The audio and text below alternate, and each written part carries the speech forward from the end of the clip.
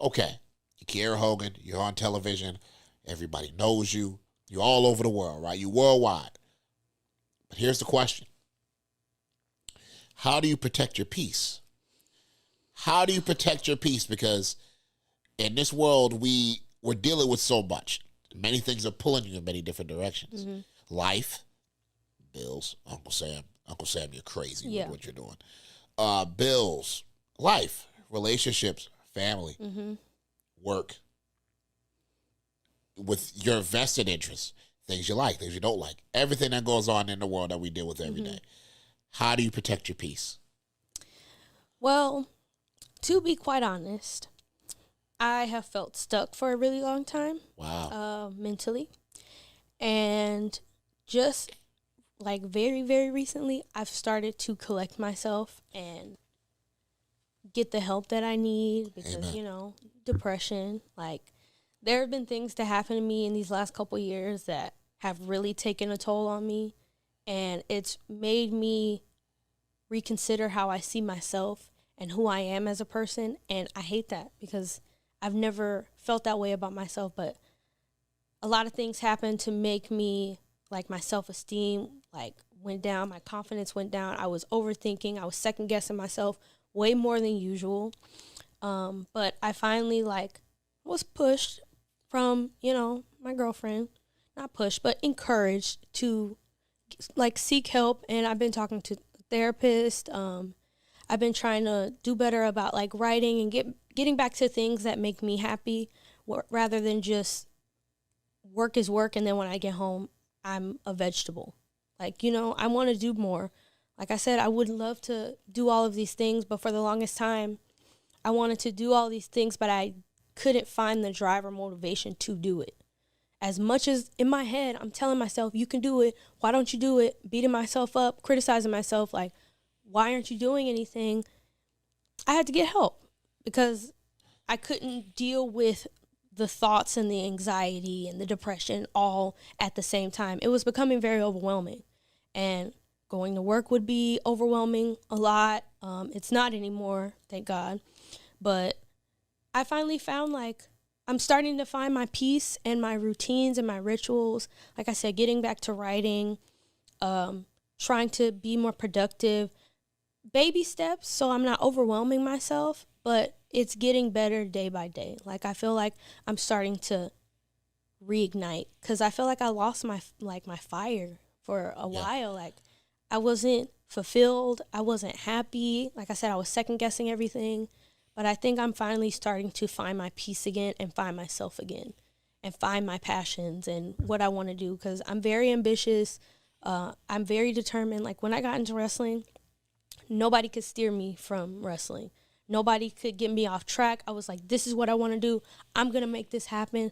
And I want that for the next step, the next chapter, whatever comes after wrestling or while I'm in wrestling. I want that same drive. So I feel like I'm starting to reignite slowly but surely. Like, the gasoline is slowly being, like, poured on the flame, like, day by day. So I'm starting to get back to where I was before, but in a different version of myself, an adult version. Like, I dealt with a lot of things as a kid and a young adult, like in my early 20s. And now I feel like I'm just becoming a different version of myself that I have to, you know, relearn pretty much. You know, one thing that I know about life is we have to relearn and unlearn a lot of things. Mm-hmm. A lot of things we were taught as kids, we have to unlearn. And, you know, a great motivational speaker named Inky Johnson said this. He said, sometimes you have to update your software in life mentally. Mm-hmm. You have to update it like a computer. Yeah. If you don't update it, it's going to mess up eventually. Yep. And it's the same thing with life. We have to unlearn things. We have to relearn things. We have to change perspectives. Sometimes we have to back away. And the price that I was talking about earlier that we have to pay is sometimes getting to our dreams. A lot of times there's a lot of things we neglect. Mm-hmm. And we're just worried about being success. We're driven for success. Mm-hmm. But spiritually, we're not in a good place. Mentally, we're not in a good place because we're just on the go. We want to just be goal orientated, but like they say, you know, you don't want to be a public success but a private failure. Yeah. You know, absolutely. you don't want to have publicly everything is great, but privately you're just in shambles. Yeah. You know, it's the worst. and it's the worst thing. And also too, you know, You know, she's in studio. I'm gonna give her a shout out. Diamante's in studio. Yes, she I is. know she might kill me off camera, but that's my dog, and I love her. So I love her too. So tell me a little bit about y'all dynamic. Tell me a little bit. You said she was supporting you. Mm-hmm. She's always been a support system for you. Tell me a little bit about what she means to you as well, just as and not only a relationship, but as a person and how much she's helped you. Because I got to give everybody their roses. I have to give her roses too, because honestly, she's my biggest fan.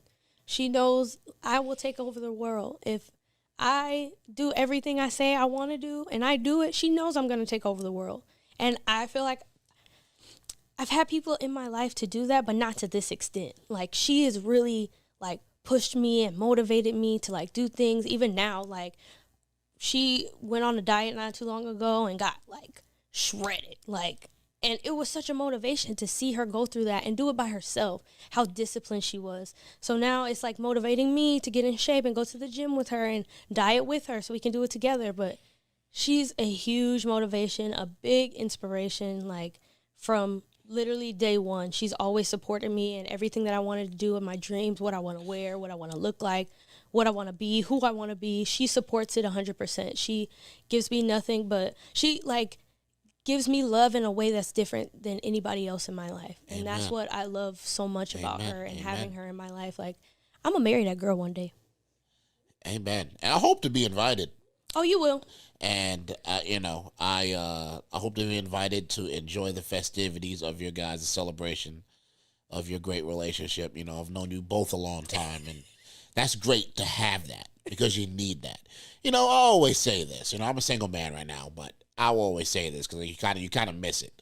You know, let me make a disclaimer. No disrespect to the girls I'm talking to right now, but ain't nothing official. I'm not no player, nothing like that. Just nothing official. You know what I mean? No, all respect to y'all. Y'all know who y'all are.